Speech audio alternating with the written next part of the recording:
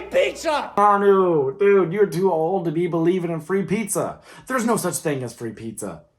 Free pizza! No, there's no such thing as free pizza, Keanu. Never in the history of mankind has there been free pizza. The pizza always has a cost. And you know that, and you knew that as soon as you woke up the next day, because you didn't just have a slice, did you? No, you devoured the entire thing. After promising your wife that while she's out of town, you would have a nice night and have a salad, you ate the entire pizza. And now she's gonna be home any minute, and you're scurrying. You gotta make a quick run to the dumpster. You gotta get rid of the pizza box. You gotta get rid of the greasy napkins. You gotta vacuum up all the crumbs and hope you didn't miss anything, because she's gonna find out, and you know it, and it's eating you alive, isn't it? And you're bloated, dog. You're so bloated. You know what you did, and now your scale knows what you did. And what's that? Oh, the burning. God, you let the pizza in, and now it's just burning you up on the insides. Well, you better pop some Tums, and you better apologize to your wife, because she's a good woman, and she loves you, and so do your children. And what have you done, Keanu? You deserve to be buried up to your neck in the garden. And that, my friends, is the meaning of knock knock.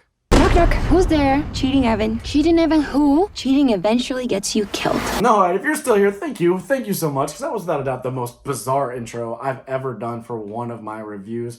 But I think it's fitting, because Knock Knock is a strange little Eli Roth horror picture, and that's what Eli Roth does. I mean, the guy gave me one of the weirdest, most out of left field lines I've ever seen in a movie ever. Pancakes! Pancakes! No pancakes. Pancakes! No pancakes!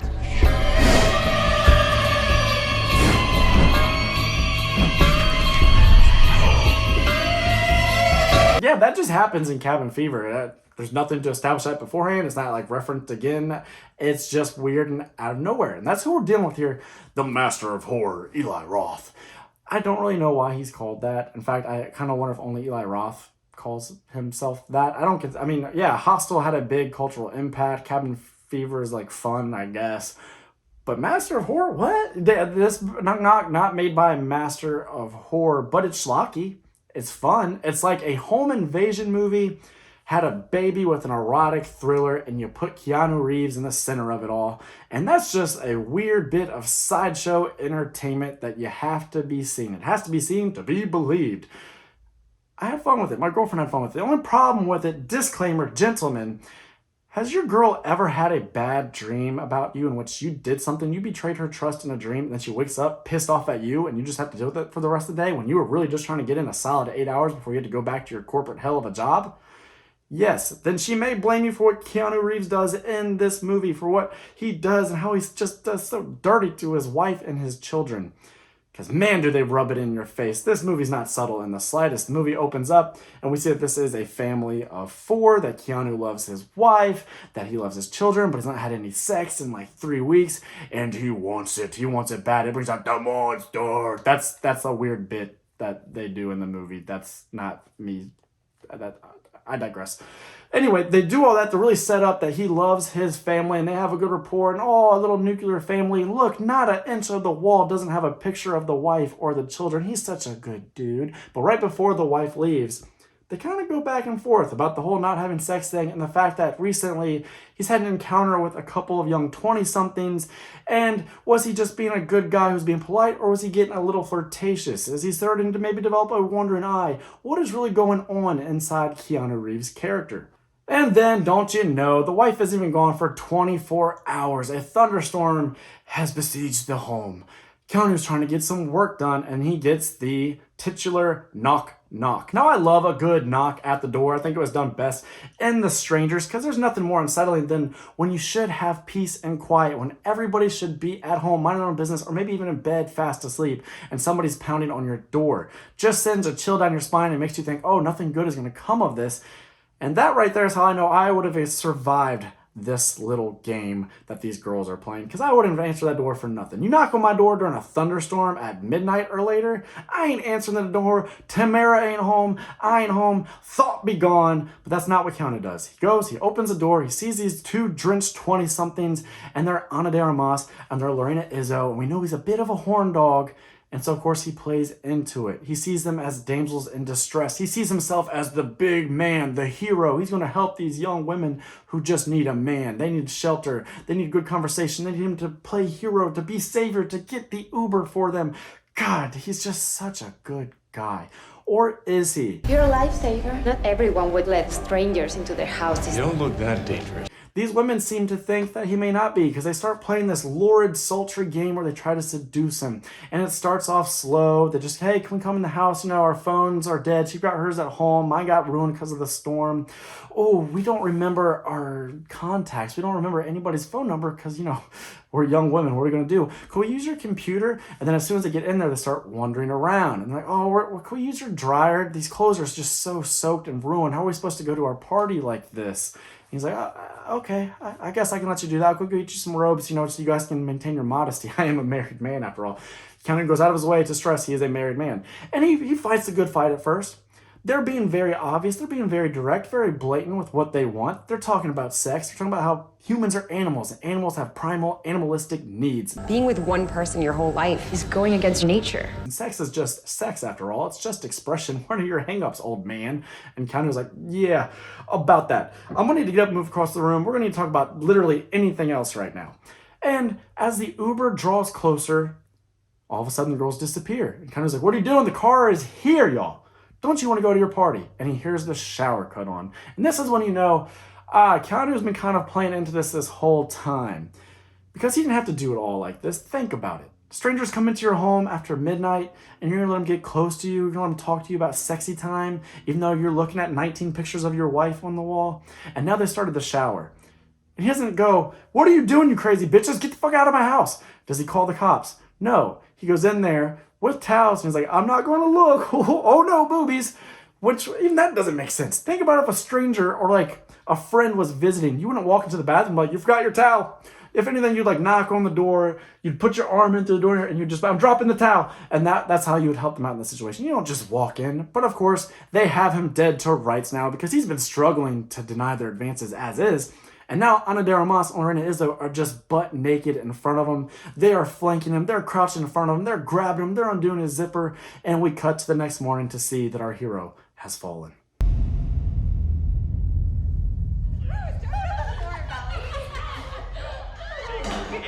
I thought you guys left. So to this point, if you like T and A, you like some nudity in your horror movies, you like sexual erotic thrillers like, you know, Basic Instinct, Fatal Attraction, you're probably pretty satisfied and you want to see where things are going. And boy, do they go places, because this is where the home invasion takes a real psychotic twist because we find out these girls are not as they seem. Keanu wakes up, he thinks they're gone, and then he finds out they have treated themselves to a smorgasbord of breakfast in the kitchen and they are destroying his house. They are just running ramshot through this place, and he can't control them. He can't get them out, no matter how bad he wants to. And he's starting to panic. You can forget this happened. I made a mistake. Go! I'm calling the police. And it just gets crazier and crazier as they start to get more and more violent. They start to be combative. They start to question his actual integrity and his values. Bad boy. Your family are victims of your perverted behavior. They start to talk about how he may be a pedophile because all of a sudden these girls are saying they're not even 18, which if I was Keanu, I would have called such bullshit on. I mean, they're obviously like at least 30 something. It'd be one thing to be like, I'm 18 or 17. These girls want you to believe they are 15. And Ana de Armas will not stop saying, Daddy, Daddy, Papa, stuff like that, which does kind of touch on, if you want to do a little context and do some thematics, you know, it talks maybe a little bit about the sort of the perversion of the male sexuality at times. They do a good job of that, of kind of warping things. They played into the fantasy, and now you're seeing the other side of the fantasy after the sex is done. He wanted to hit it and quit it. He wanted to have one night in Bangkok. But one night in Bangkok makes the hard man hungry. Whatever that means. And so the rest of the movie is Keanu Reeves just struggling over and over to get these biatches out of his house, and they make him out to be a pedophile, and they play mind games, and they try to FaceTime his wife, and they try to post a video of him banging Ana de Armas onto his Facebook, and they're just coming at him trying to destroy his character, threatening to kill him. There's not a ton of bloodshed in this movie. There's not a whole lot of built up tension or scares. You're not going to be afraid to look at the screen. There's no bodily horror. Nobody gets like impaled or stuck or skinned or any of that. It's just more so about how much are you going to root for Keanu Reeves? How long can you walk this line and be like, okay, it's now just way too ridiculous. The dialogue's way too hammy and outlandish. I can't suspend my disbelief anymore. Pancakes! Pancakes! how much you're just going, you know, it's a lean, mean 3 out of 5 film. I want to see what happens. And for me, that's where I was always at with things. I was like, you know what? This ain't the best, but I'll be damned if I don't want to see what happens next. Oh, Armas is barking like a chihuahua. Yeah, I didn't have that. I didn't have that written down as what would happen next. You have my interest. I'm gonna eat some more popcorn and watch this damn flick. So it's that type of movie. It's got the TNA. It's got this lurid, sultry game. It's got likable Keanu doing unlikable things at times, but maybe you're still rooting for him, and you're just trying to see how far will they take it. What is their ultimate objective? And that is where all of the fun is derived from. And then it all leads up to Keanu Reeves doing the least Keanu Reeves thing of all time. He's buried up to the neck, and he's just berating these women. He's calling them every bad derogatory name you can launch at a woman. He's cursing up a storm, and he's just screaming, saliva flying out of his mouth. He is anything but the zen, chill, nice Keanu that we know and love. But I just don't buy it. I don't buy it for a second. I thought the best acting in the movie was these women not just absolutely cackling at him trying to go on a tirade for multiple minutes, just screaming at them, because it's not the least bit believable. It just feels like Keanu's never been angry like this for a moment in his life. He doesn't know how to get in touch with it, and it's hilarious. So the movie's darkly comedic. It's got a little bit of good atmosphere at the beginning with the knock on the door and the storms, and you have that little sound kind of playing in the background as white noise. And then you're just watching them play out this will they, won't they. You see them stalking their prey. You want to know what they're ultimately after here. How does this game work? It's not great. It's not fantastic. It's not the best script of all time. The dialogue is weird. Lorena Izzo just being cast by her husband. It has the Rob Zombie, Sherry Moon Zombie kind of thing to where you're like, she's an okay actress, but they definitely could have got somebody better. And interesting that the director wants his wife to get naked in front of Keanu Reeves and grab his crotch and grind on him and pretend to get banged in the... Yeah, you know what? Interesting, weird little Eli Roth movie, but better than a lot of other stuff I've seen from him. I would give it a 3 out of 5. You know, on this channel, you need a 3 to get a recommendation. 2.9, I'll say I can't recommend that to folks. I'm going to give it just enough to say you need to watch this for yourself. I think you'll at least be entertained, whether that means you're having just a sincerely good time or you're having a good time making fun of this movie. I think Knock Knock is something to be experienced for sure. If not for Keanu, then for Ana de Armas and for all the wacky hijinks. I'm Nate for natemareflix saying that's a wrap.